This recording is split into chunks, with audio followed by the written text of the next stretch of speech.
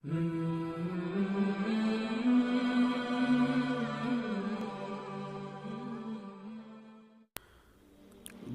তাড়ানোর দোয়া।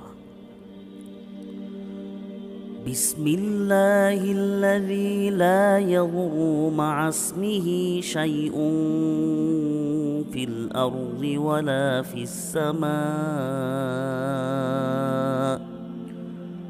ওয়া হুয়াস সামিউল আলীম। আল্লাহর নামে, যার নামের বরকতে আসমান ও জমিনের কোনো বস্তুই ক্ষতি করতে পারে না। তিনি সর্বশ্রোতা ও মহাজ্ঞানী। দ্বিতীয় দোয়া। আউযু বিকালিমাতিল্লাহি তাম্মাতি মিন শাররি মা খালাক। আমি আল্লাহর সকল পরিপূর্ণ কালিমার মাধ্যমে তার সৃষ্ট যাবতীয় অনিষ্ট থেকে আশ্রয় চাচ্ছি।